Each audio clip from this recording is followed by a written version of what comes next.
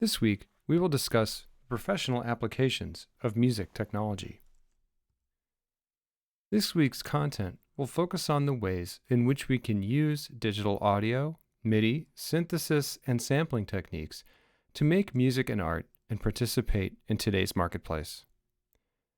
We will be talking about terminology associated with career paths and positions associated with these techniques, and discuss how these roles fit together to create our media landscape.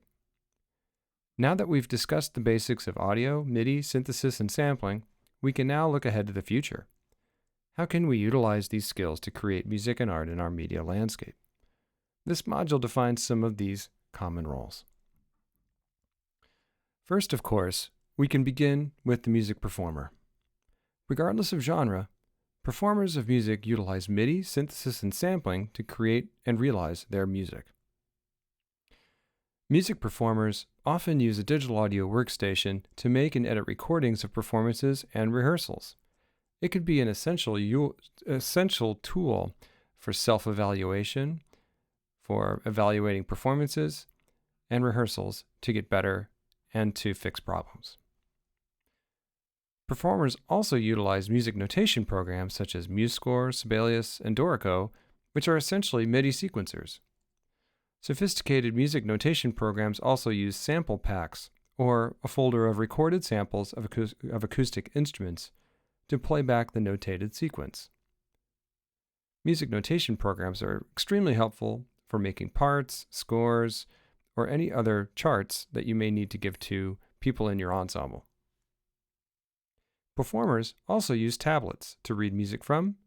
To turn pages, they use Bluetooth foot pedals on iPads and utilize in-ear monitors to hear bandmates and click tracks.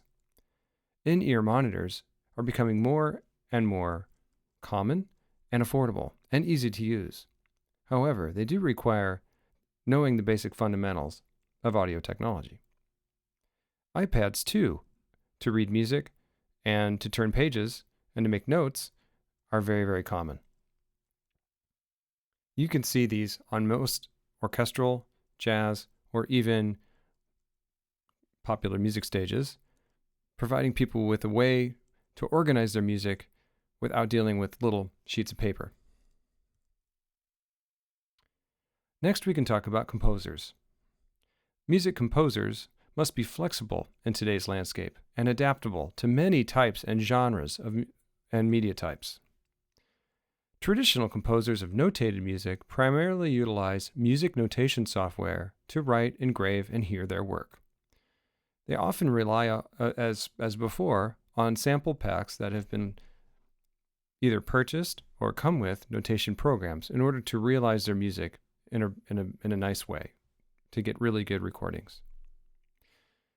Some composers, and many do, also utilize a digital audio workstation to workshop and realize their music to combine notation and MIDI with digital audio processing. Many composers actually do a lot of their writing in a digital audio workstation first, and then bring their music and adapt it into an engraving or notation software second. This is a common practice so that the composer feels free to make the sounds that they wish and hear in their minds, and then think about music notation last. There are many types of composers. We will focus on composers of concert music, experimental music, and commercial music. Here we also see a picture of film composer Hildur Guðnadóttir, an Icelandic composer who is an Oscar winner. Notice her desk and workspace is very compact, efficient, and very effective. Concert music composers write music for staged performances of acoustic instruments and ensembles, as well as electronic media. Composed concert music relies on a score and parts engraved in a music notation program. Concert music can be categorized as large ensemble works, such as orchestra and wind symphony, band or jazz big band, chamber music ensembles, such as a string quartet, wind or brass quintet, or jazz combo, solo repertoire, which features the virtuosic performance by one or two featured soloists. Here we see a picture of the Kronos Quartet, which is a chamber music ensemble. They utilize not only acoustic instruments, but many times they work with microphones, other technology, to realize complicated and multimedia works. This kind of concert music that also have electronic sounds or signal processing involved in the performance is called electroacoustic music. Electroacoustic music, or is music performance that combines acoustic, performance, and electronic media. This is becoming a more and more common element of concert music. I personally write for lots of electroacoustic combinations and prefer to write for solo repertoire that is enhanced by electroacoustic accompaniment. In this photo, you can see that each member of the quartet has something connected to their music stand to allow them to hear a click track of some sort. They also have things on stage to help them coordinate with each other. Experimental music is extremely important to the development of our culture. Experimental music is broadly defined as music that is created to explore sensibilities and is radically opposed to the norms associated with composing and performing traditional music. It also challenges aesthetic conventions. Experimental music is important to the development of new sounds and techniques, which eventually find themselves in the mainstream. A great example of this is Revolution 9 by the Beatles, found on their White Album. Revolution 9 was heavily influenced by Karlheinz Stockhausen's works with magnetic tape experiments in the 1960s. The Beatles were also experimenting with tape techniques in the studio and developed lots and lots of tracks that were used in this piece on the White Album. Without the experimental work of Karlheinz Stockhausen, these types of tracks would never exist. Without experimental music and musicians, the development of music would not nearly be as interesting and diverse. Often, experimental music utilizes computer programs that uniquely manipulate audio. However, it can also involve traditional analog equipment used in new ways. In this case, we see a picture of Maria Chavez's work as a turntablist, an experimental turntablist, where she works with records that have been painted on, scratched up, and manipulated in new ways, and she then creates and weaves together a mix of multiple tracks together in a new way. Computer music, improvisation, turntablism, art installations, performance art, and the like are all examples of experimental music. While listening to experimental music might be jarring at times or challenging, again, it is how we move forward and progress in an art form. Commercial music is also important, as it is part of our marketplace. Composers of commercial music create music and sound for media projects that will be sold and streamed for commercial consumption. Commercial music can be categorized as popular music, which is music intended for wide distribution and mass appeal, film and TV soundtracks, or music and sound that is associated with dramatic action on screen, and video game music, which is music and sound that is associated with live gameplay and action on screen and is interactive. The term multimedia defines the interaction of two different types of media, video and audio. Typically, popular music involves only music, while film and video games are examples of multimedia. I have noticed that a lot of popular music artists are also experimenting with video and release videos that accompany their new releases, which is an example of multimedia.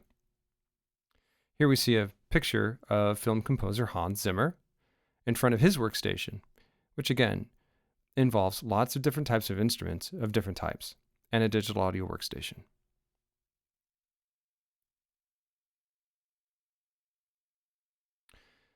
Now we can talk about the different roles that people play in the development of media. A producer, in the realm of commercial music, there are many roles that people play. Like a film director, a producer is very important and serves many roles. A producer is a creative leader who oversees and organizes the recording and realization of a recording project. Producers do many jobs. They help artists choose material, adapt arrangements, and coach them in the studio. They supervise recording sessions and ensure quality performances from the talent. They make sure that the finished product meets the vision of the artist and label's requirements. And they manage the time in the studio, which is extremely important. The time in the studio equates to expenditures, and so the producer often creates schedules and coordinates people and facilities in order to remain efficient. Here we see pictured famous producer Rick Rubin sitting with recording artist Mick Jagger.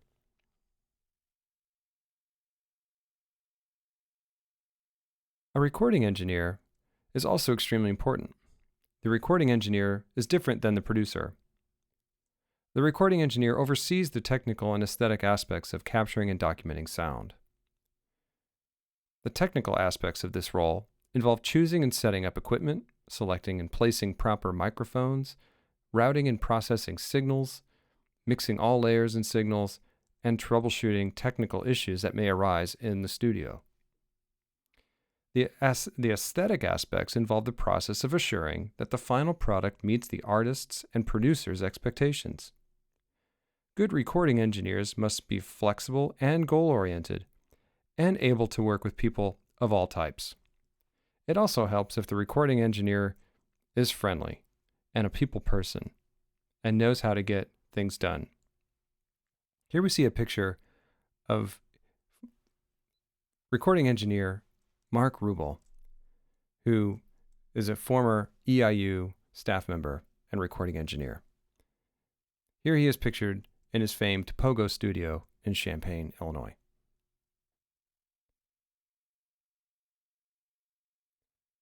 A live sound engineer works in a different realm. The live sound engineering is the process of managing the technical aspects of a live performance so that the audience can clearly hear the performers. Live sound engineers work a variety of live events, including concerts, corporate events, music festivals, and theaters. The responsibilities include the mixing of sound for the audience, which is called the front of house mix, and also for the performers themselves, which is the monitor mix, which is often sent to the aforementioned in-ear monitors. They also work with staging and stage patching and organizing what microphones capture what sounds. They also work with system maintenance, real-time installation, optimization, and maintenance of sound systems before, during, and after use.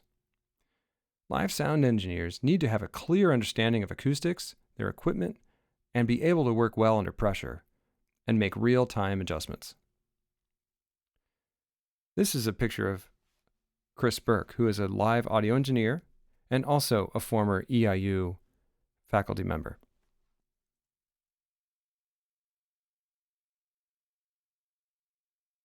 Now we will talk about the difference between mixing and mastering. Both of these terms are associated with stages in the production of audio projects.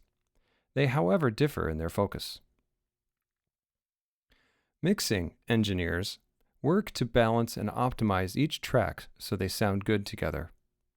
Mixing often involves making changes to individual tracks, such as EQ and compression.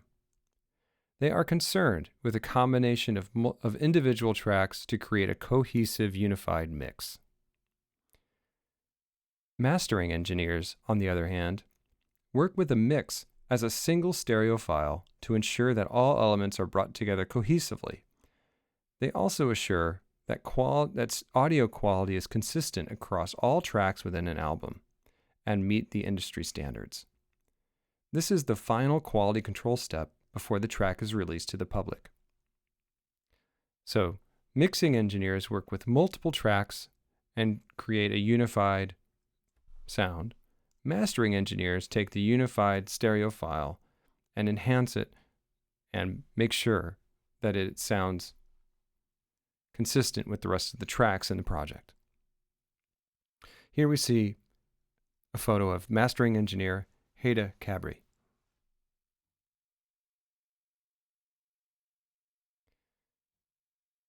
Now we will list some other commercial music roles that are extremely important. Of course, we need the talent. We refer to the talent as the performing artist who is associated with the project. They perform the music. Sometimes there is a separate songwriter and even maybe a separate arranger. A songwriter, which might be different than the talent, writes the songs. This also might be the same person. An arranger might also adapt a song for a particular performing group. A beat maker is someone who focuses on making beats and patterns with samples for commercial music. A post-production is the process of enhancing or editing audio after the recording or filming process. It often involves editing, mixing, and adding sound effects to improve or enhance audio quality. It's important to understand that some of these terms are associated with the word producer. We already talked about what a producer does, which is a whole variety of things. However, producing any of these things, like songs or beats, is extremely important, but doesn't necessarily make one a producer. Here we see a picture of beatmaker Pete Rock, who famously collaborated with CL Smooth in the 1990s to create hip-hop.